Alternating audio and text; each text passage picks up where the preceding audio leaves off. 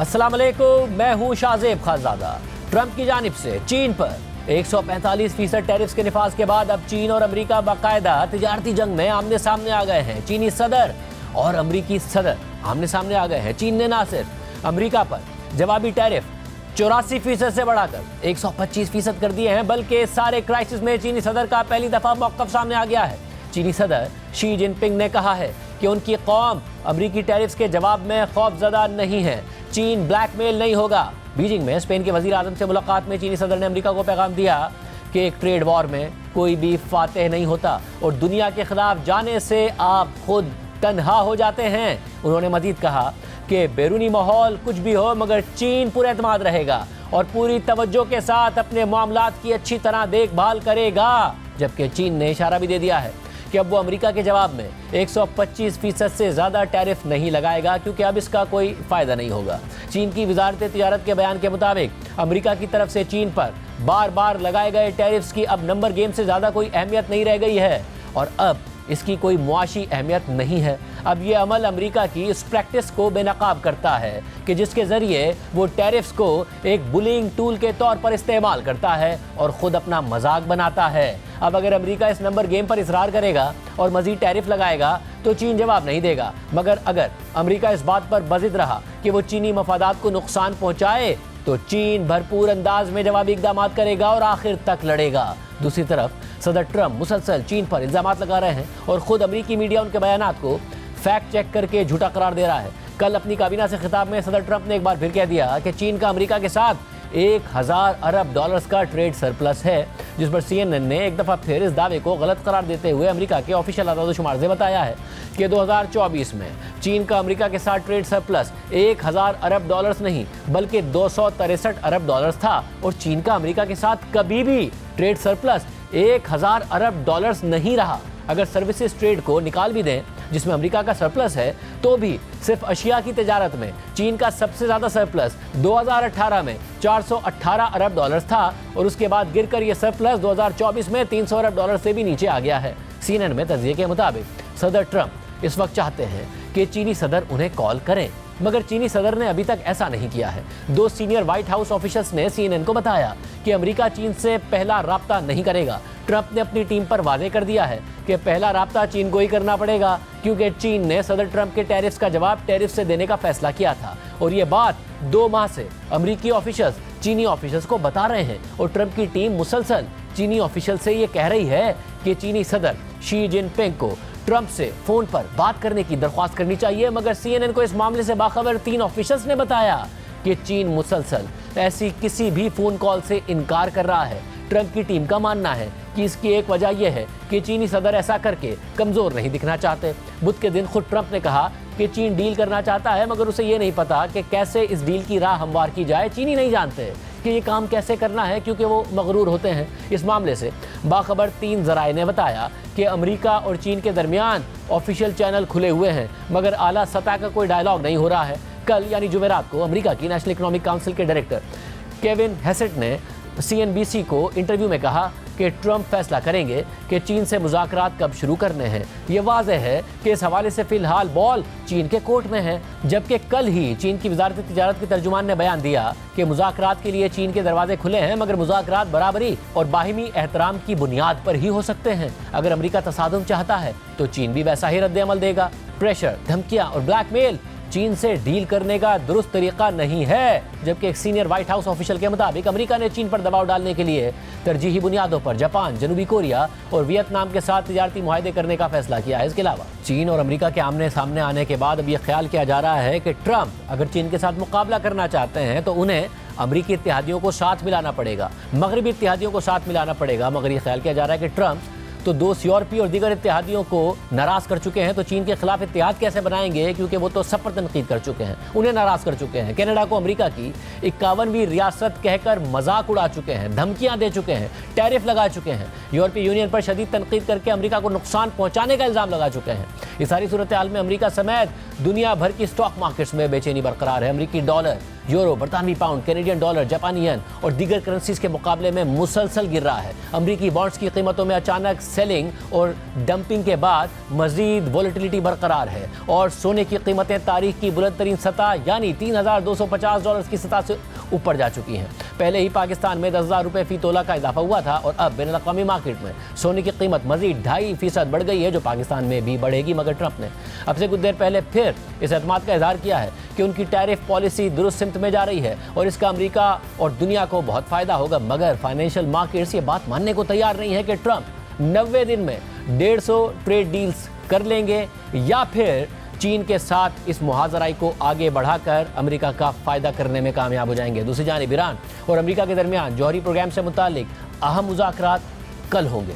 Oman के दारुल हुकूमत मस्कत में होने वाले इन अहम और आला सतह के मुज़ाकरात पर दुनिया भर की नज़रें जमी हुई हैं और इन मुज़ाकरात के मशरिक़ वस्ता में जारी हालिया कशीदगी पर भी गहरे असरात मुरत्तिब होंगे। मगर आज इन मुज़ाकरात के हवाले से अमरीकी अखबार न्यूयॉर्क टाइम्स ने दावा कर दिया है कि एक इंतहाई गैर मामूली पेशरफ्त के बाद आला ईरानी हुकाम ने ईरान के सुप्रीम लीडर आयतुल्लाह खामनाई पर जोर दिया कि अमेरिका के साथ मुज़ाकरात ना करने की सूरत में ईरान में उनके रेजीम का खात्मा हो जाएगा, जिसके बाद उन्होंने मुज़ाकरात की इजाज़त दे दी। न्यूयॉर्क टाइम्स में शाया होने वाली फरनाज फसीही की इस रिपोर्ट में दावा किया गया है कि ये एक खुफिया और हंगामी नौयत का इजलास था, जिसमें ईरान इस बात पर गौर कर रहा था कि सदर ट्रंप के इस खत का क्या जवाब दिया जाए, जिसमें उन्होंने जौहरी मुज़ाकरात की पेशकश की थी। इस हवाले से दो सीनियर ईरानी ऑफिशल्स के मुताबिक इस तनाजुर में गुज़िश्ता माह ईरान के सदर, अदलिया के सरबरा और पार्लियामेंट के स्पीकर ने सुप्रीम लीडर आयतुल्लाह खामनाई से मुलाकात की थी। खामनाई ने अवामी तौर पर बारहा वाशिंगटन से बातचीत को नादानी और बेवकूफ़ी करार देकर इसकी सख्ती से मुमानियत की थी, लेकिन इन सीनियर हुकाम ने एक गैर मामूली और मरबूत कोशिश के तहत उन्हें अपना मौक़िफ़ बदलने पर जोर दिया। इन हुकाम ने खामनाई को साफ अल्फाज में पैगाम दिया कि तेहरान को वाशिंगटन के साथ मुज़ाकरात की इजाज़त दें और अगर ज़रूरी हो तो बराह रास्त मुज़ाकरात की भी इजाज़त दे दें, वरना ईरान में इस्लामी जमहूरी निज़ाम खतरे में पड़ सकता है। हुकाम ने खामनाई को बताया कि अमेरिका और इसराइल के साथ जंग का खतरा इंतहाई संजीदा है। अगर ईरान ने मुज़ाकरात से इनकार किया या मुज़ाकरात नाकाम हो गए तो नतंस और फुर्दो में ईरान की दो बड़ी जौहरी तंसीबात पर फौजी हमले नागुज़ीर हो जाएंगे और अगर ईरान पर हमला होता है तो वो लाजमी तौर पर जवाबी कार्रवाई पर मजबूर हो जाएगा, जिससे एक वसी जंग का खतरा पैदा हो जाएगा। और ये एक ऐसा मंजरनामा है जो ना सिर्फ ईरानी मईशत को मजीद तबाही की तरफ ले जाएगा, बल्कि इससे मुल्क के अंदर बेचैनी, मुजाहरे और हड़तालें भड़कने का भी खदशा होगा। और हुकाम ने सुप्रीम लीडर को खबरदार किया कि दो मुहाजों पर लड़ाई रेजीम के वजूद के लिए खतरा बन सकता है। दो ईरानी ऑफिशल्स के मुताबिक कई घंटों पर मुहित इस तवील इजलास के अख्तिताम पर आयतुल्लाह खामनाई ने बिलाखिर नरमी दिखाई और उन्होंने पहले एक सालिस के जरिए इनडायरेक्ट मुज़ाकरात की इजाज़त दे दी और फिर साजगार हालात की सूरत में अमरीकी और ईरानी मुज़ाकरातकारों के दरमियान बराह रास्त बातचीत की भी इजाज़त दे दी। जिसके बाद 28 मार्च को ईरान ने सदर ट्रंप के खत का बाज़ाब्ता जवाब दे दिया, जिसमें मुज़ाकरात के लिए आमादगी का इंदिया दिया गया। इसके बाद पीर को ट्रंप ने ऐलान कर दिया कि ईरान के साथ बराह रास्त मुज़ाकरात हो रहे हैं और फिर कल ट्रंप के हमरा काबीना इजलास में मुज़ाकरात के हवाले से बात करते हुए अमरीकी वज़ीर ख़ारजा मार्को रूबियो ने एक बार फिर अमरीका की तरफ से हफ्ते को होने वाले मुज़ाकरात की तस्दीक कर दी और उन्होंने मजीद कहा कि ट्रंप के खुसूसी नुमाइंदा बराह मशरिक़ वस्ता स्टीव विटकॉफ अमरीका की जानिब से मुज़ाकरात की सरबराही करेंगे और ये मुज़ाकरात बराह रास्त होंगे। An important meeting thanks to you. आपकी बदौलत एक अहम मीटिंग हफ्ते को होने वाली है। एक तवील अरसे के बाद एम्बेसडर रोडकॉफ और ईरान के आला सतह के एक रहनुमा के दरमियान पहली बार बराह रास्त बातचीत होगी। हमें उम्मीद है कि ये बातचीत अमन की तरफ ले जाएगी। आपने बहुत वाज़ेह तौर पर कहा है कि ईरान को एटमी हथियार कभी हासिल नहीं होंगे। Iran is never going to have as a nuclear weapon. Iran ने भी मुज़ाकरात की तस्दीक की है, ताहम उनका अब भी कहना है कि मुज़ाकरात इनडायरेक्ट होंगे। ईरान की सरकारी न्यूज़ एजेंसी तस्नीम के मुताबिक ईरानी और अमरीकी टीमें हफ्ते की सुबह ओमान के दारुल हुकूमत मस्कत पहुँचेंगी, जहाँ दोनों फरीक़ैन के दरमियान ओमान के वज़ीर ख़ारजा सैयद बदर से मुलाकात के बाद इनडायरेक्ट मुज़ाकरात मुतवक्के हैं और वफूद की आमद के वक्त को मद्देनज़र रखते हुए तवक्को की जा रही है कि दोपहर के वक्त मुज़ाकरात का आगाज़ होगा। ओमान के वज़ीर ख़ारजा सैयद बदर दोनों फरीक़ैन के पैगामात का तबादला करेंगे। ईरानी वज़ीर ख़ारजा अब्बास इराक़ची पहले ही तस्दीक कर चुके हैं कि इन मुज़ाकरात में ईरानी वफ़द की क़यादत वो खुद करेंगे, लेकिन इस सारी सूरत हाल में भी अमरीका ईरान पर मुआहदे के लिए ज़्यादा से ज़्यादा दबाव की अपनी पॉलिसी पर कायम है और ईरान की जानिब से मुज़ाकरात में हिस्सा लेने के बावजूद सदर ट्रंप मुसलसल धमकी आमेज बयानात दे रहे हैं और उनकी इंतजामिया ईरान से मुंसलिक कंपनियों और शख्सियात पर पाबंदियां लगा रही है। कल भी अमेरिका ने ईरानी तेल की तरसील में मुलविस होने के इल्ज़ाम में भारतीय शहरी जोगविंदर सिंह और उनके तकरीबन 30 बहरी जहाज़ों पर पाबंदियां आयद कर दी हैं। इसके अलावा अमेरिका ने ईरानी तेल की तरसील ही के इल्ज़ाम में मजीद चीनी कंपनियों पर भी पाबंदियां लगाने का ऐलान कर दिया है। इससे पहले मुज़ाकरात के ऐलान के बाद बुध को सदर ट्रंप ने जौहरी मुआहदा न करने की सूरत में ईरान के खिलाफ फौजी कार्रवाई की एक बार फिर धमकी दे दी थी और यह भी कहा था कि ईरान का रिवायती हरीफ इसराइल मुमकिन तौर पर इस कार्रवाई की क़यादत करेगा।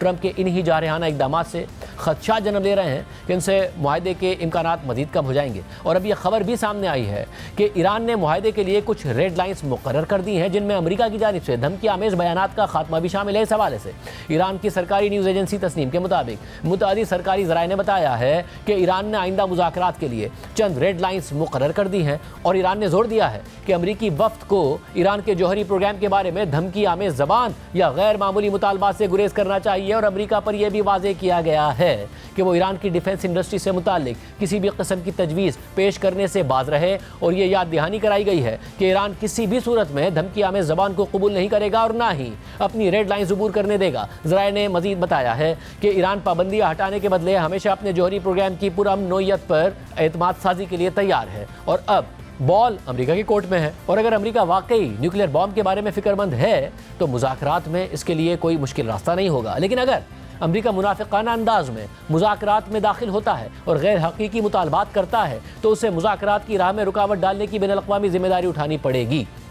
हफ्ते को होने वाले इन मुज़ाकरात के हवाले से अहम बात यह भी है कि अमेरिका के अहम यूरोपीय इत्तेहादी इन मुज़ाकरात में शामिल नहीं हैं जो माजी के ऐसे मुआहदों और मुज़ाकरात में अहम किरदार अदा करते रहे हैं। और अब यूरोपीय ममालिक की गैर मौजूदगी में यह खदशा भी है कि अमेरिका किसी भी मुमकिन मुआहदे से यकतरफा तौर पर दोबारा निकल सकता है। रॉयटर्स के रिपोर्ट के मुताबिक अमेरिका की जानिब से ईरान के साथ होने वाले मुज़ाकरात में यूरोपीय ममालिक से कोऑर्डिनेट ना करने के फैसले पर सिफारतकारों और माहिरीन का कहना है कि इस फैसले से यूरोपीय ममालिक का अमेरिका पर असर रसूख कम हो जाएगा, जिससे आखिरकार ईरान के खिलाफ अमरीकी और इसराइली फौजी कार्रवाई का इम्कान बढ़ जाएगा।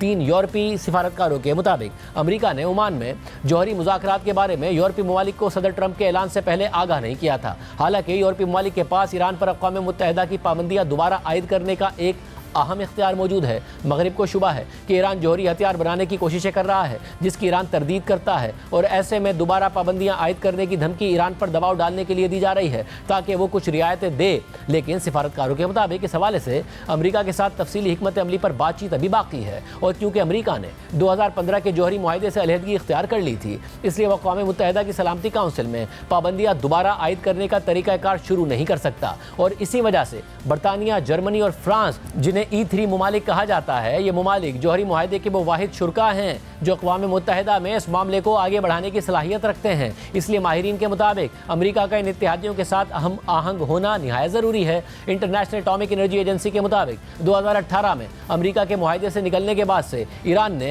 यूरेनियम की अफजोदगी की मुकर्ररा हद से कहीं ज़्यादा मिकदार हासिल कर ली है और तेहरान इस वक्त यूरेनियम को ऐसे दर्जे तक अफजोदा कर रहा है जो मगरबी ताकतों के मुताबिक सिविलियन एनर्जी प्रोग्राम के लिए मुनासिब नहीं है और जौहरी हथियार बनाने के मयार के करीब है। ये 3 यूरोपीय ममालिक 2003 से ही ईरान के साथ जौहरी मसले पर बतौर 3 रुकनी ग्रुप मुज़ाकरात करते आ रहे हैं और वो अब भी मसले के हल में अपने किरदार को निहायत अहम समझते हैं। हाल ही में यूरोपीय ममालिक ने नई पाबंदियों के जरिए अमेरिका की ईरान पर दबाव डालने की पॉलिसी में मदद की है।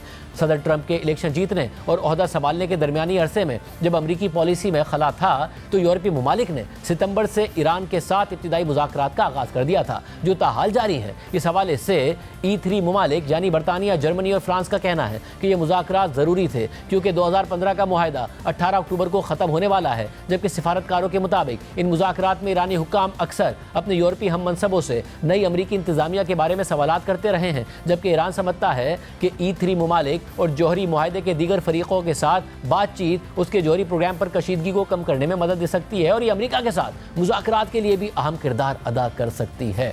दूसरी जानिब गज़ा में नए जंगबंदी मुआहदे और हमास की कैद में मौजूद इसराइली यरगमालियों से मुतालिक भी एक अहम पेशरफ्त सामने आई है। कल काबीना इजलास में अमरीकी सदर ट्रंप ने दावा कर दिया कि वो यरगमालियों की बाजियाबी के लिए मुआहदे के करीब पहुंच चुके हैं, जबकि इसराइली मीडिया के मुताबिक सदर ट्रंप के खुसूसी नुमाइंदे स्टीव विटकॉफ ने भी मुतअद्दिद यरगमालियों के अहले खाना को यकीन दहानी कराई है कि वो अब एक संजीदा मुआहदे के इंतहाई करीब पहुँच गए हैं, जो सिर्फ चंद दिनों की बात है। इस सारी सूरत हाल में इसराइली वज़ीर आज़म नेतन्याहू पर इसराइल के अंदर से ही यरगमालियों की बाजियाबी और जंग के खात्मे के लिए दबाव बढ़ रहा है। जहां एक तरफ यरगमालियों के अहले खाना मुसलसल नेतन्याहू के खिलाफ एहतजाज कर रहे हैं, वहीं अब इसराइल के मुतादिद रिजर्व फौजियों ने भी यरगमालियों की रिहाई से मुताल्लिक नेतन्याहू को मुख्तलिफ खुले खतूत लिखकर उन पर मामले को सियासी मकासद के लिए इस्तेमाल करने का इल्ज़ाम आयद कर दिया है, जिसके बाद खत पर दस्तखत करने वाले मुतादिद फौजियों को इसराइली फौज ने निकाल दिया है। और वज़ीर आज़म नेतन्याहू ने इसराइली वज़ीर दिफा और फौज के इस फैसले की हिमायत भी कर दी है।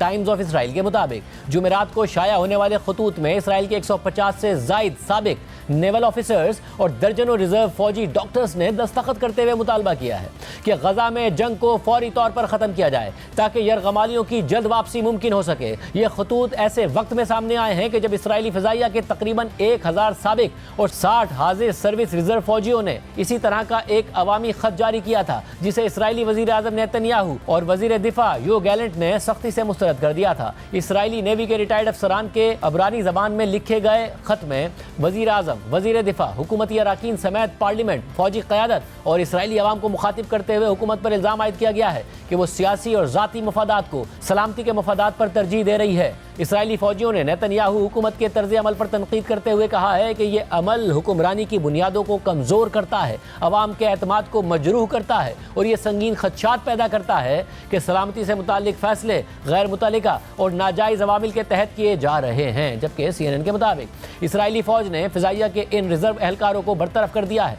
जिन्होंने अवामी तौर पर यह मुतालबा किया था कि गजा में बाकी मानदा यरगमालियों की फौरी वापसी को यकीनी बनाया जाए, चाहे इसके लिए फौरी जंग बंदी ही क्यों ना करनी पड़े। लेकिन इस सारी सूरत हाल में भी गजा में इसराइली जारियत पूरी शिद्दत के साथ जारी है और आज भी सुबह से होने वाले मुख्तलिफ इसराइली हमलों में कम अज़ कम 15 फ़लस्तीनी शहीद हो चुके हैं, जबकि 7 अक्टूबर 2023 के बाद से इसराइली हमलों में मजमूई तौर पर शहीद होने वाले फ़लस्तीनियों की तादाद तकरीबन 51,000 हो गई है। प्रोग्राम में आगे बढ़ते हैं। तहरीक इंसाफ जहाँ एक के बाद एक अंदरूनी तनाज़ात में फंसती जा रही है और किसी भी मामले पर पार्टी की सिमत वाज़ेह नहीं हो रही है, तो वहीं पार्टी के अंदर से ये कोशिशें फिर से शुरू हो गई हैं कि इमरान खान को रिलीफ दिलाने के लिए एस्टैब्लिशमेंट से बातचीत का रास्ता निकाला जाए। इस हवाले से ईद के बाद से मुसलसल खबरें और दावे सामने आ रहे हैं। ना सिर्फ खुद PTI का सोशल मीडिया और हामी यूट्यूबर्स एस्टैब्लिशमेंट से बातचीत की कोशिशों पर एतराज़ात उठा रहे हैं और पार्टी रहनुमाओं की ट्रोलिंग कर रहे हैं, बल्कि JUI जिसके साथ PTI एक बड़ा अलायंस बनाने की कोशिशें कर रही है, उसने भी सवालात और खदशात का इजहार कर दिया है, जिससे मुमकिन अपोजिशन इत्तेहाद का क़याम खतरे में पड़ सकता है। मगर इन खदशात के होते हुए हाल ही में इमरान खान से मुलाकात करने वाले आज़म सवाती ने दावा किया है कि उन्होंने एस्टैब्लिशमेंट से बातचीत के आगाज़ के लिए काम शुरू कर दिया है। बुध को एक अहम शख्सियत से उनकी मुलाकात तय है, लेकिन इस शख्सियत का ताल्लुक एस्टैब्लिशमेंट से नहीं है। डॉक्टर अलवी साहब को मैंने अभी टेक्स्ट किया है कि अगले आने वाले वेंसडे को मैं किसी को मिल रहा हूं। मुझे यकीन है कि जैसे डॉक्टर अलवी साहब आएंगे तैयार होगा। मैं किसी एस्टैब्लिशमेंट की फिगर से आपकी मुलाकात होगी? नहीं सर, नहीं। दोस्त मुल्क आगे आ सकते हैं? मेरे ख्याल आएंगे इंशाल्लाह। मेरे ज़हन के अंदर खाका है, कुछ लोगों ने, कुछ हमारे दोस्तों ने इस पर काम भी कर लिया है, कर रहे हैं, कर लिया। आज़म सवाती के अलावा अली अमीन गंडापुर ने भी इमरान खान से मुलाकात के बाद एस्टैब्लिशमेंट से बातचीत का इशारा दिया था। साथ ही हाल ही में यह खबरें सामने आई थीं कि तहरीक इंसाफ के हिमायती पाकिस्तानी अमरीकी डॉक्टर्स और कारोबारी शख्सियात ने इस्लामाबाद में DGI से मुलाकात की और उनसे इमरान खान के हवाले से बातचीत की। फिर तहरीक इंसाफ की हिमायती शख्सियात को सोशल मीडिया पर खुद तहरीक इंसाफ के रहनुमा और हामी यूट्यूबर से सख्त ट्रोलिंग का सामना करना पड़ा और वो इमरान खान को रिहा कराने की अपनी कोशिशों पर वजाहतें देते रह गए। और अब आज़म सवाती के साथ साथ अली अमीन गंडापुर को भी एस्टैब्लिशमेंट से मुज़ाकरात के मामले पर पार्टी कारकुनों को वजाहतें देना पड़ रही हैं। इसके अलावा खैबर पख्तूनख्वा के माइंस एंड मिनरल्स बिल के मामले पर भी अली अमीन गंडापुर को पार्टी के अंदर से संगीन इल्ज़ामात का सामना है। खुद अपनी ही पार्टी क़यादत और सोशल मीडिया तनकीद कर रहा है।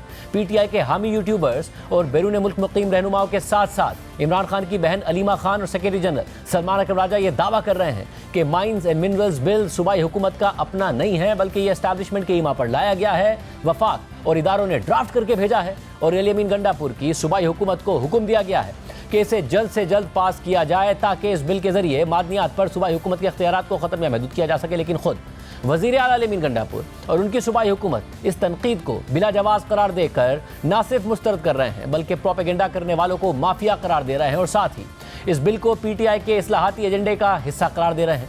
मगर पार्टी में तकसीम और इल्जामात के बाद आज पीटीआई की सियासी कमेटी में अली अमीन गंडापुर ने बिल पर उठने वाले एतराज़ात पर वजाहत दी और फिर बिल की मंजूरी को इमरान खान से तफसीली मुशावरत से मशरूत कर दिया गया। पीटीआई की सियासी कमेटी के एलामिये के मुताबिक इजलास में वजीर आला अमीन गंडापुर ने बिल के तमाम अहम नकात पर जामे और मुफस्सिल वजाहत पेश की। सियासी कमेटी ने इस बिल के तमाम पहलुओं का जायजा लिया और मुत्तफिका तौर पर तय पाया कि बिल में सूबाई खुद मुख्तारी, हुकूक और मादनी वसाइल, वफाक, SIFC या किसी भी वफाकी इदारे को मुंतकिल करने की कोई शिक शामिल ही नहीं है। तमाम स्टेक होल्डर्स की मस्बत तजावीज़ को खुशामदीद कहा जाएगा। बिल की मंजूरी से कबल दीगर पार्लिमानी जमातों से मुशावरत जारी रहेगी। एलामे के मुताबिक खैबर पख्तूनख्वा असेंबली में बिल पेश किया जा चुका है और उस पर बहस जारी है, लेकिन ये बिल इमरान खान के एजेंडे, मंशूर, बयानिए और अवामी उमंगों के ऐन मुताबिक होगा। बिल को इमरान खान से तफसीली मुशावरत, बाकायदा इजाज़त और एतमाद में लेने के बाद ही असेंबली से मंजूर करवाया जाएगा। इस बिल पर किसी किस्म की जल्दबाजी ना की गई थी, ना की जा रही है और ना ही की जाएगी। एलामे में मजीद लिखा है कि इमरान खान की जानिब से 8 अप्रैल की मुलाकात में दी गई हिदायत के मुताबिक मुलाकात की तफसीलात या हिदायत पर मीडिया से बातचीत सख्ती से मना है। मुलाकात करने वाली शख्सियात हिदायत तहरीरी तौर पर पार्टी के मरकजी सेक्रेटरी इत्तलात को देंगे और वो तहरीरी हिदायत और बयानात सिर्फ और सिर्फ मरकजी सेक्रेटरी इत्तलात ही जारी करने का मजाज होगा। उनके अलावा किसी भी बयान को मुसद्दका नहीं समझा जाएगा। पार्टी अहदेदार एक दूसरे के खिलाफ बयानबाजी से गुरेज करें, खिलाफ वर्जी पर शो कॉज नोटिस जारी होगा और जिनके पास पार्टी के ओहदे हैं उनसे जिम्मेदारियां वापस ले ली जाएंगी। सियासी कमेटी के इजलास के बाद मीडिया से बात करते हुए party chairman barrister Gohar Khan ने कहा कि अली अमीन गंडापुर ने बिल के हवाले से सियासी कमेटी में वजाहत दे दी है। जो लोग बिल पर एतराज़ कर रहे हैं वो इस बयान को देखने के बाद करें। इत्मीनान का इजहार किया कि इस बिल में कोई ऐसा शक नहीं है जिसके जरिए से सूबे का कोई भी इंटरेस्ट, राइट, अथॉरिटी या इख्तियार जो है ना वफाकी हुकूमत या SIFC को दी जाएगी। अली अमीन साहब ने कहा कि जब तक ये सारे लीगल तरीके से क्लियर नहीं होता इसको प्रेजेंट नहीं किया जाएगा। अली अमीन साहब ने कहा कि जब तक ये खान साहब क्लियर नहीं करेंगे ये आगे प्रोसेस नहीं होगा। वो कह रहे हैं कि जितना भी हो ये उस तरीके से होगा। इस पर हमारी प्रेस इंशाल्लाह जल्दी आ जाएगी। मेरी सारे जो मीडिया वाले इस पे ऑब्जेक्ट कर रहे हैं, क्रिटिसिज्म कर रहे हैं, कुछ हमारे कुछ दूसरों के, मेरी उनसे रिक्वेस्ट है काइंडली आप उसको स्टेटमेंट को देखें, उसके बाद आप बात करें। लेकिन पार्टी के सेक्रेटरी जनरल सलमान अकबर राजा ये मौक़िफ़ दे चुके हैं कि सूबाई हुकूमत को हुक्म दिया गया है कि जल्द इस बिल को पास करवाएं। ये तरीक़ा दुरुस्त नहीं है कि सूबाई असम्बलियों को डिक्टेशन भेजी जाए। इस तरीके से कानून तमाम सूबों को भेजा गया कि इतने दिनों में अपनी अपनी असम्बलियों से इसको पास कराओ, ये तरीका नहीं है एक वफाकी मुमलिकत में कानून साजी का कि डिक्टेशन भेजी जाए सूबाई असम्बलियों को। हम उस कानून को बगौर देखना चाहते हैं। लीगल कमेटी को नहीं भेजा गया, ये सूबाई हुकूमत को भेजा गया है और सूबाई हुकूमत को हुक्म दिया गया है कि इसको इतने दिनों में पास कराओ। हम देखेंगे कि इस हुक्म पे क्या अमल होता है और किस तरीके से होता है और कब होता है या नहीं होता। लेकिन आज सियासी कमेटी के इजलास में ब्रीफिंग देने से पहले खुद अली अमीन गंडापुर समेत सूबाई हुकूमत के नुमाइंदे इस बिल की न सिर्फ पूरी ओनरशिप लेते रहे हैं बल्कि इसके फ़ायदे भी गिनवाते रहे हैं। साथ ही इस बिल के खिलाफ प्रोपेगेंडा करने वालों को माफिया करार दे रहे हैं। बड़ी क्लैरिटी के साथ सब सुन लें कि कोई भी किसी किस्म का सूबे का इख्तियार न तो फेडरल गवर्नमेंट और न ही किसी इदारे को दिया जा रहा है और न ही कोई दे सकता है और न ही कोई हमसे ले सकता है। हम एक पॉलिसी जो अच्छी बना रहे हैं, मेरे ख्याल में ये कोई माफिया है जो चाहता है कि रिफॉर्म्स ना हो और पहले वाले हालात और जिस तरह चल रहे थे तो अच्छे इक़दामात के रास्ते में रुकावट डालने के लिए ये झूठे प्रोपेगेंडे किए जा रहे हैं। अभी असेंबली में डिबेट इस पे शुरू होगी। अगर कोई ऐसी चीज, किसी ने कहा जहर कातिल है, अगर कोई ऐसा जहर है तो उसको निकाल के फेंक देंगे और वैसे मेरे हिसाब से जहर नहीं है। थोड़ा सा हाइप क्रिएट हुआ है वो पता लग जाएगा, लेकिन अगर कोई जहर है तो आप एक बात याद रखिएगा, सवाल ही नहीं पैदा होता ओवर अ डेड बॉडी कि अगर कोई हम ऐसी कोई चीज कर जाएं या कोई करने दें किसी को। ईद से पहले पीटीआई दावा कर रही थी कि ईद के बाद JUI के साथ अलायंस बनने जा रहा है। मामलात काफ़ी हद तक तय पा गए हैं। अलायंस बनने के बाद मौलाना फजल रहमान के साथ मिलकर हुकूमत के खिलाफ एहतजाजी तहरीक चलाएंगे। मगर पीटीआई की एस्टैब्लिशमेंट से राब्तों की कोशिशों पर JUI ने सवाल उठा दिया है और अलायंस के लिए आगे बढ़ने से पहले वजाहत का मुतालबा कर दिया है। JUI के सीनियर रहनुमा सेनेटर कामरान मुर्जा ने कहा है कि पीटीआई ने एस्टैब्लिशमेंट से राब्ते करके हमारे साथ तय की गई बातों की खिलाफवर्जी की है। जब तक पीटीआई एस्टैब्लिशमेंट से राब्तों पर वजाहत नहीं देती, आगे नहीं बढ़ सकते। मगर पीटीआई ने अभी तक ऑफिशियल सतह पर यह बात मानी नहीं है कि कोई मुज़ाकरात होने जा रहे हैं। आदम सवाती मगर जरूर कह रहे हैं कि उन्हें इमरान खान ने मैंडेट दिया है। जेयूआई सूरत हाल में क्या करेगी? सेनेटर कामरान मुर्जा हमारे साथ मौजूद है। कामरान मुर्जा साहब, बहुत शुक्रिया मुझे ज्वाइन करने के लिए। ज़ाहिर आपने जो पीटीआई से एस्टैब्लिशमेंट के राब्ते हैं उस पर तहफ़्फ़ुज़ात का इजहार किया है, शराइत की खिलाफ वर्जी कहा है। ईद के बाद, ईद से पहले आपने हमारे प्रोग्राम में कहा था कि करीब ज़रूर आए हैं पाकिस्तान तहरीक इंसाफ और जेयूआई। मौलाना ने भी इस बात का इजहार किया था, मगर ये राब्तों से क्या फासले आ गए हैं? क्योंकि ईद के बाद तो एक बाकायदा तहरीक इंसाफ इस उम्मीद का इजहार कर रही थी कि ज्वाइंट अपोजिशन प्लेटफॉर्म से हम तहरीक का आगाज़ करेंगे। आज एक और डेवलपमेंट है। डॉक्टर हमायूं, मैं नाम बता देता हूँ, डॉक्टर हमायूं मोहम्मद साहब ने मुझसे रब्ता किया था और मेरी इस बात के हवाले से मेरी बातचीत हुई थी उनसे, और उन्होंने ऐसे किसी राब्ते की जो है तस्दीक नहीं की, रादर उन्होंने तरदीद की, जो मैं समझ पाया उनकी बात को। तो हमारा वैसे इजलास है 19 और 20 को लाहौर में, जनरल काउंसिल सेशन है। ये सारा मामला हमने वहाँ पे रखना है। तो ये बात जब सवाती साहब के मुंह से आई और गंडापुर की मुलाकात हुई और फिर वो डॉक्टर्स की मुलाकात का जो मामला निकला, तो उस हवाले से हमारे तहफ़्फ़ुज़ात थे भी, हैं भी। मगर आज हमायूं मोहम्मद साहब ने जो है ये बात मुझसे की है, उन्होंने कहा कि नहीं, ऐसी कोई बात नहीं है। बहरहाल अब यकीनन अगर पार्टी ऑफिशियली तौर पे इसकी तस्दीक या तरदीद कर देगी तो हमारे लिए ज़्यादा बेहतर होगा। हम क्लैरिटी के साथ आगे बढ़ सकेंगे या पीछे हट सकेंगे। साहब, यानी जो आज़म सवाती साहब कह रहे हैं कि मैं इमरान खान साहब से मिला, इमरान खान साहब ने मुझे खुद मैंडेट दिया कि जाके मुज़ाकरात करो, मुझे तुम पर भरोसा है। और डॉक्टर हुमायूं अहमद आपसे कह रहे हैं कि ऐसी कोई पार्टी पॉलिसी नहीं है, आज़म सवाती साहब को कोई मैंडेट नहीं है, वो ये कह रहे हैं। नहीं, वो ये कह रहे थे कि ऐसे वो राब्तों की जो है ना, वो जो मैं समझ पाया हूँ, मेरी टेलीफोनिक बात हुई है ये आज नमाज के बाद, जुमे की नमाज के बाद, तो वो उन्होंने किसी प्रोग्राम में जाना था और मेरे किसी स्टेटमेंट के हवाले से उनके तहफ़्फ़ुज़ात थे। तो मैंने उनको कहा कि यकीनन मैंने ये कहा है और हम आपसे ये क्लैरिटी चाहेंगे।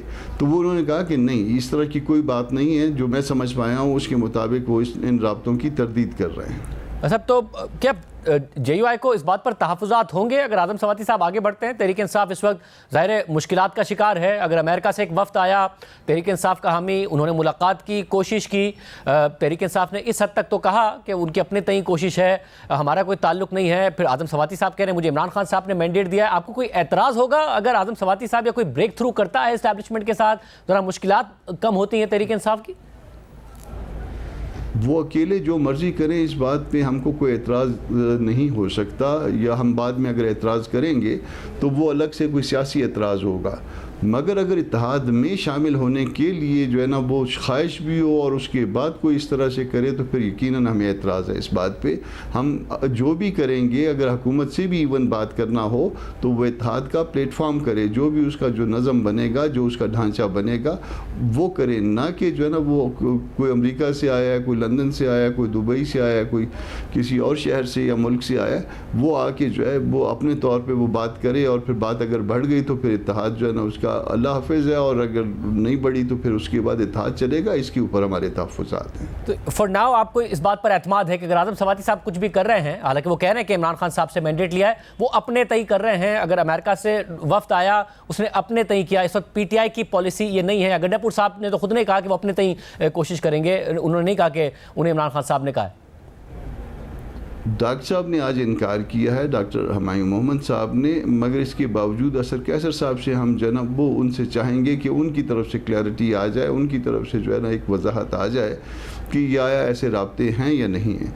अगर उनकी तरफ से कोई बात आएगी, क्योंकि वो ऑफिशियली जो है ना वो नॉमिनेट हुए हैं उस तरफ से कि हमसे बातचीत करें, हम उनकी बात जो है ना वो मेरा ख्याल है कि ज़्यादा इसमें बेहतर उसमें माहौल में आ जाएगी कि आया अगर राब्ते हैं तो भी हमें पता चल जाए, हमें उनके आपस के राब्तों के ऊपर कोई प्रॉब्लम नहीं होगा, सियासी बातें अपने तौर पे चलती रहेंगी। मगर फिर इत्तेहाद की बात शायद जो है ना वो हम 2 कदम पीछे हो जाए। मगर अगर उन्होंने बढ़ना है तो फिर हमारे साथ जो है ना वो जो बात एक अंडरस्टैंडिंग थी, उस अंडरस्टैंडिंग पे कायम रहना होगा। और एज ऑफ नाउ फिर ये कहा जा सकता है कि जेयूआई का और पीटीआई का इत्तेहाद बनने की राह अभी तक हमवार हो सकती है, उस तरफ मामला जा सकते हैं, एक जॉइंट अपोजिशन प्लेटफॉर्म से आप प्रोटेस्ट कर सकते हैं। 19 और 20 के साथ ये मशरूत है जो हमारा जनरल काउंसिल सेशन है। अगर पार्टी इजाज़त देगी तो ये मुमकिन है, और अगर पार्टी इजाज़त नहीं देगी उसका एक दस्तूरी अदारा है हमारी पार्टी का, अगर वो इजाज़त नहीं देगी तो हम आगे नहीं बढ़ सकते। मौलाना अपने तौर पे जो है ये तय नहीं कर सकते, उनको इजाज़त रिक्वायर्ड होगी पार्टी के दस्तूरी अदारे से, और अगर पार्टी ने इजाज़त दी तो हम आगे बढ़ सकते हैं। इवन इन सारे सरकमस्टांसेस जिस पे मैं एतराज़ कर रहा हूँ इसके बावजूद भी आगे बढ़ सकते हैं, मगर इसके बावजूद पीछे भी हट सकते हैं। जो भी करेगा फैसला अदारा करेगा। बट एज ऑफ नाउ तो इत्तेहाद बना नहीं है, आप लोगों ने अपना फैसला किया नहीं है, तो अभी अगर कोई ब्रेक थ्रू होता है या फिर कोई राब्ता हो जाता है सवाती साहब के थ्रू या किसी के भी थ्रू या पार्टी के प्लेटफॉर्म से भी, तो उस पर फिर जेयूआई को क्यों एतराज़ है? उसका फैसला हो जाता है तो फिर हम उसके बाद जो है ना वो पार्ट उसका हिस्सा नहीं बनेंगे, उस इत्तेहाद का हिस्सा नहीं बनेंगे। उसकी वजह है, उसकी वजह ये है कि कोई फैसला उनके दो के दरमियान अगर हो जाता है तो वो हम पे भी बाइंडिंग नहीं होगा, बाकी किसी पे भी बाइंडिंग नहीं होगा, फिर इत्तेहाद किस चीज़ का? फिर हम जो है वो उनके साथ नहीं होंगे। वो अलग एक सियासी पार्टी है, हम एक अलग सियासी पार्टी है, वो अपने तौर पर सियासत करें, हम अपने तौर पर सियासत करेंगे। बहुत शुक्रिया। कामरान मुर्तज़ा साहब हमारे साथ मौजूद थे। सीनियर साहब तज़कियाकार मुनीफ फारूक साहब हमारे साथ मौजूद है। मुनीफ फारूक साहब बहुत शुक्रिया हमें शो में ज्वाइन करने के लिए। एक ऐसी सूरत हाल है जिसमें आज़म सवाती कह रहे हैं मुझे इमरान खान से मैंडेट मिला है और मैं कोशिश करूंगा, बात आगे बढ़ाऊंगा। पहले भी मैंने कोशिश की थी, बुध को उनकी कोई मुलाकात है इस्टेब्लिशमेंट से नहीं, मगर इस्टेब्लिशमेंट को किसी तरीके से अप्रोच किया जाए, बट पार्टी के अंदर से इसकी ओनरशिप नहीं ली जा रही है। जेयूआई ने एतराज़ किया तो हमें कामरान मुर्तज़ा साहब ने भी बताया कि डॉक्टर हुमायूं मेमन ने उनको कॉल करके कहा कि नहीं जी, पार्टी की ऐसी कोई पॉलिसी नहीं है कि हम राब्ता करने जा रहे हैं। क्या हो रहा है? क्या वाकई आज़म सवाती साहब का कोई ऐसा कनेक्शन है जिस पर इमरान खान ने उनको इजाजत दी?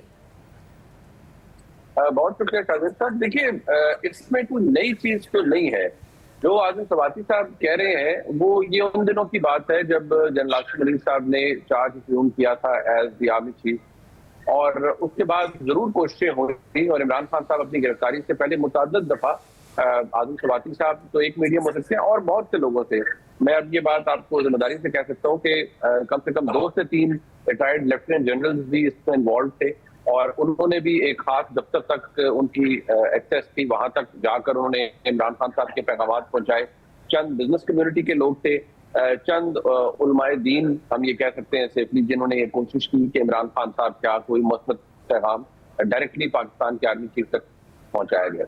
लेकिन जो इंटरेस्टिंग एस्पेक्ट है वो ये है कि कोई डायरेक्ट एक्सेस तो थी नहीं, लिहाजा ये बात मटीरियलाइज नहीं हो सकती। तकरीबन अब मैं कह सकता हूँ 4 हफ्ते हो गए हैं एक मुलाकात को जो कि हुई थी, लेकिन एक खास हद तक हुई थी, को बहुत बड़े लेवल पर नहीं थी। तो इसमें कोशिश की गई मुज़ाकरात करवाने की या कम से कम इस इंप्रेशन को करने की कि इस मामले को खत्म किया जाए, और ये भी कहा गया कि रमजान का महीना है लिहाजा इस मामले को खत्म किया जाए और अच्छी एक नई आवाज होना चाहिए। तो जवाब ये है कि ये इंस्टीट्यूशनल डिसीजन है, अब ये किसी फर्द वाहिद के पास नहीं है, और इंस्टीट्यूशन का फैसला ये है कि वो अब जहां से एक दफा अलाउ मी टू से जो अल्फाज इस्तेमाल किए जाते हैं कि जहां से एक दफा डसा जा चुका है वहां पर दोबारा ना जाए, और इसका फैसला अब कोई फर्द वाहिद नहीं करेगा।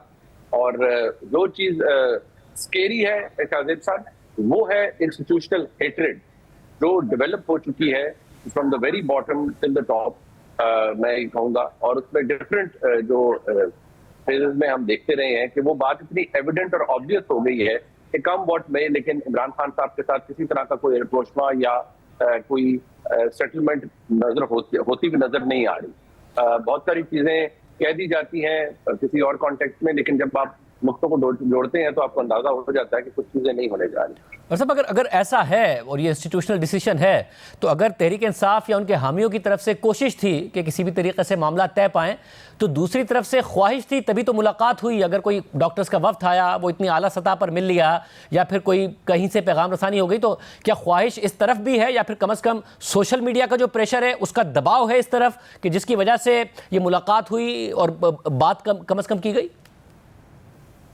शाजिद साहब, देखिए जो सोशल मीडिया का जो ऑनस्लॉट है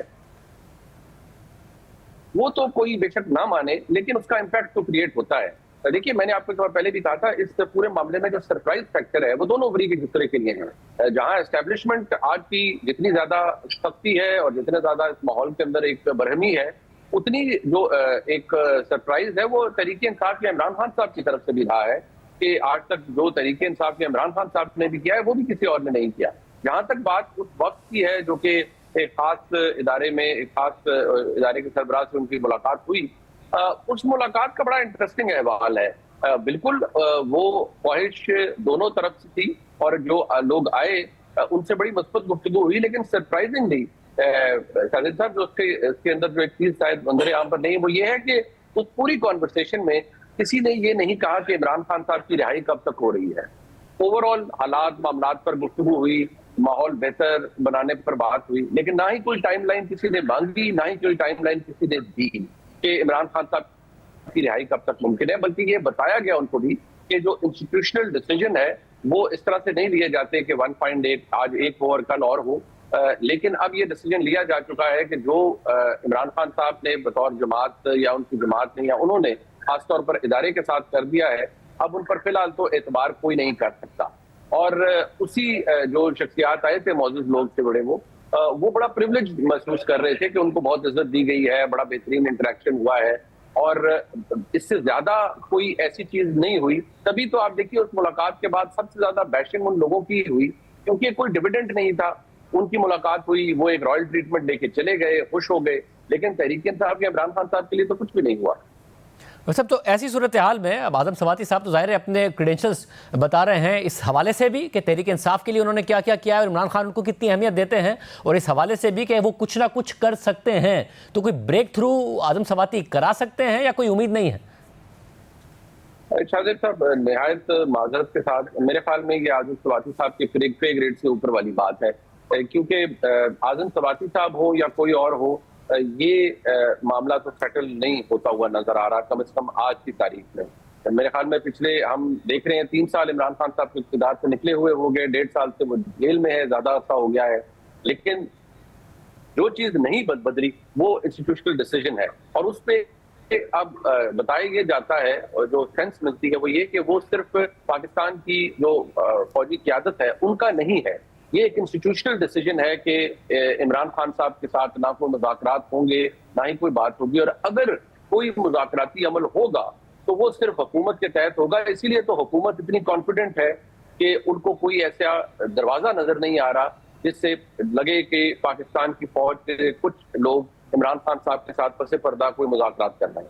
बहुत शुक्रिया मुनीर फारूक साहब का तज़किया आपने सुना। प्रोग्राम में ब्रेक शामिल करते हैं। एक आम खबर है, आज अहम डेवलपमेंट हुई है, उसकी तफसीलात पूरी आपके सामने रखेंगे ब्रेक के बाद।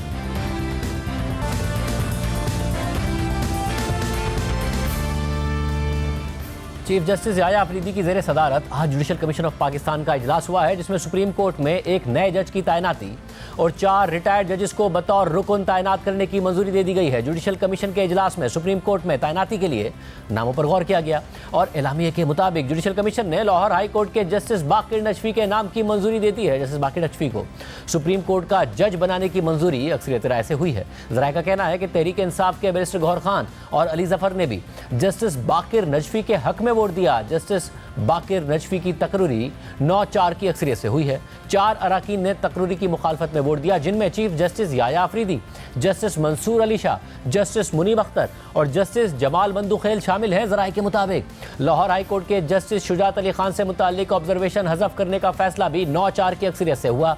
चीफ जस्टिस और जस्टिस मंसूर अली शाह ने ऑब्जर्वेशन हज़फ करने की मुखालफत की और जस्टिस मुनीब अख्तर और जस्टिस जमाल बंदुखेल ने भी अक्सरियत राय से इख्तलाफ किया। ज़राए का कहना है कि chief justice Lahore high court justice Aalia Neelum के नाम पर भी गौर किया गया और अराकीन की अक्सरियत ने इत्तफाक किया कि जस्टिस आलिया नीलम बतौर chief justice Lahore high court एहसन अंदाज में जिम्मेदारियां निभा रही हैं। अहम बात यह है कि जस्टिस बाकिर नजफी की सुप्रीम कोर्ट में तैनाती पर हुकूमत और अपोजिशन ने इत्तफाक कर लिया है, लेकिन सुप्रीम कोर्ट के चीफ जस्टिस समेत 3 सीनियर जजेस ने इसकी मुखालफत की, लेकिन इसके बावजूद ये तकरीरी 9-4 की अक्सरियत से हो गई। इसके अलावा जुडिशल कमीशन ने 4 रिटायर्ड जजेस को बतौर रुकन जुडिशल कमीशन तैनात करने की कसरत राय से मंजूरी दे दी है। एलामे के मुताबिक सिंध, पिशावर, बलूचिस्तान और इस्लामाबाद हाई कोर्ट्स के कायम मकाम चीफ जस्टिस की जगह जुडिशल कमीशन के नए अराकीन के तौर पर 4 रिटायर्ड जजेस को तैनात करने की मंजूरी दे दी गई है। सिंध हाई कोर्ट के जस्टिस रिटायर्ड मकबूल बाकिर और इस्लामाबाद हाई कोर्ट के जस्टिस रिटायर्ड शौकत सिद्दीकी को जुडिशल कमीशन का रुकन मुकर्रर करने की मंजूरी दे दी गई है, जबकि पिशावर हाई कोर्ट के जस्टिस रिटायर्ड शाकिरुल्लाह जान और बलूचिस्तान हाई कोर्ट के जस्टिस रिटायर्ड नज़ीर लांगू को भी जुडिशल कमीशन का रुकन मुकर्रर करने की मंजूरी दे दी गई है। सिंध, पिशावर और बलूचिस्तान हाई कोर्ट समेत इस्लामाबाद हाई कोर्ट में भी जस्टिस सरफराज डोगर 13 फरवरी से कायम मकाम चीफ जस्टिस के तौर पर काम कर रहे हैं और इस्लामाबाद, सिंध, पिशावर और बलूचिस्तान हाई कोर्ट्स के मुस्तकिल चीफ जस्टिस की तैनाती के लिए जुडिशल कमीशन का इजलास 18 अप्रैल को मुतवक्के है। लाहौर हाई कोर्ट से ट्रांसफर होकर आने वाले जस्टिस सरफराज डोगर जब से इस्लामाबाद हाई कोर्ट के कायम मकाम चीफ जस्टिस बने हैं, उस वक्त से उनका साथी जजेस के साथ एक के बाद एक तनाज़ा सामने आ रहा है। खासतौर पर जस्टिस सरफराज डोगर की जानिब से मुकदमात समाअत के लिए मुकर्रर करने के इख्तियार का मामला मजीद तनाज़ात का शिकार होता जा रहा है। और आज इस हवाले से सीनियर जज जस्टिस मोहसिन अख्तर कियानी और जस्टिस सरदार एजाज इसाक खान पर मुश्तमिल 2 रुकनी बेंच का अहम फैसला भी सामने आ गया है, जिसमें मुकदमात एक बेंच से लेकर दूसरे बेंच के हवाले करने के चीफ जस्टिस के इख्तियार पर सवालात उठा दिए गए हैं।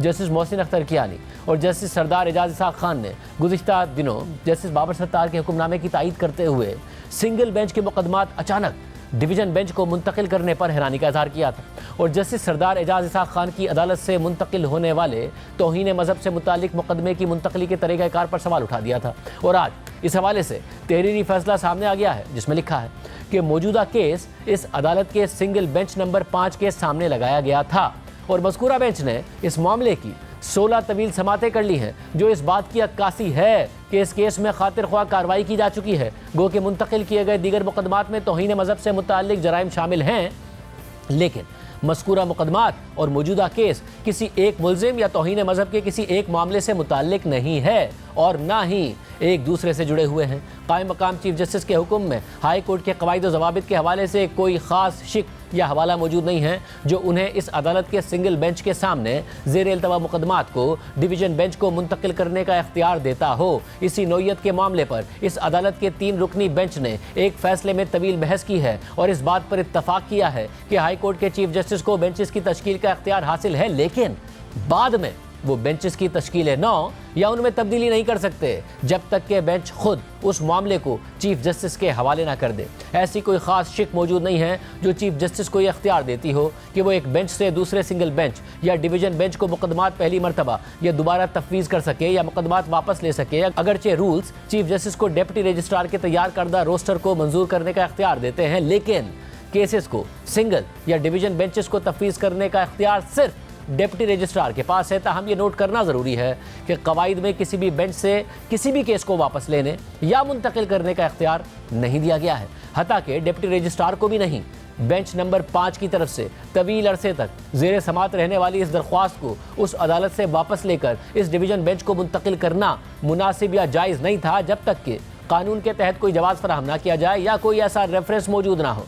जब कोई बेंच किसी मामले की समाअत कर लेता है और काफ़ी तवालत से दलाइल सुनता है और फिर केस को मुलतवी कर देता है, तो ऐसे मुकदमे को किसी दूसरे बेंच को मुंतकिल नहीं किया जा सकता जब तक कि बेंच खुद ऐसी हिदायत ना कर दे। यहाँ तासुब का मामला भी नहीं है जिसे मुंतकली की वजह बनाया जा सकता है और ना ही इस केस में जज ने खुद को अलग किया है। कायम मकाम चीफ जस्टिस के दफ्तर की जानिब से इंतज़ामी तौर पर मुनासिब इयानत नहीं की गई, जिसकी वजह से ये अजीब व गरीब सूरत हाल पैदा हुई और इस अदालत को एक शर्मनाक सूरत हाल में डाल दिया गया। मुस्तकबिल में ऐसी किसी भी नाखुशगवार सूरत हाल से बचने के लिए ज़रूरी है कि सिविल प्रोसीजर कोड के साथ साथ हाई कोर्ट के क़वाइद और अहकामात से रहनुमाई ली जाए। हाई कोर्ट का सिंगल बेंच इस अदालत के चीफ जस्टिस के मातहत नहीं है। इस बात की वजाहत हाई कोर्ट के क़वाइद और ज़वाबित में की गई है जो चीफ जस्टिस को हासिल ऐसे इख्तियारात के हवाले से खामोश है। लिहाजा इस मामले पर अदालती मामलात से मुताल्लिक हाई कोर्ट के क़वाइद और ज़वाबित की दीगर दफ़ात की रोशनी में गौर किया जाना चाहिए। रूल्स डिप्टी रजिस्ट्रार जुडिशल को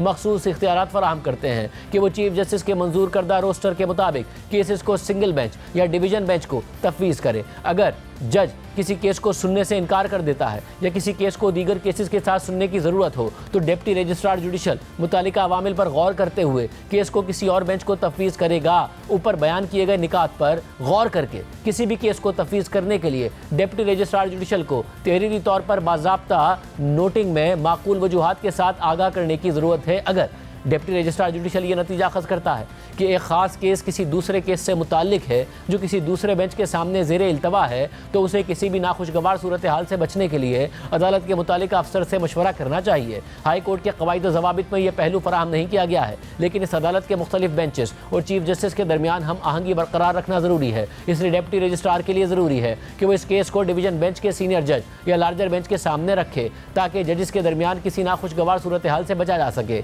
इस अदालत का डिप्टी रजिस्ट्रार जुडिशल केस को सिंगल बेंच से डिवीज़न बेंच को मुंतकिल करने के इख्तियारात इस्तेमाल नहीं करेगा जब तक कि मामला एक जैसी नोयत का ना हो या कानून की तशरीह का सवाल ऐसे इकदाम को दुरुस्त साबित न करता हो। मुस्तकबिल में डिप्टी रजिस्ट्रार जुडिशल को मुकदमात की मुंतकली या मार्किंग करते वक्त इन रहनुमा उसूलों पर गौर करने की ज़रूरत है, जब तक कि फुल कोर्ट ऐसे हालात से निमटने के लिए हाई कोर्ट के कवायद व ज़वाबित की तशरीह ना करे, जो कि बेहतरीन और मुनासिब फोरम है।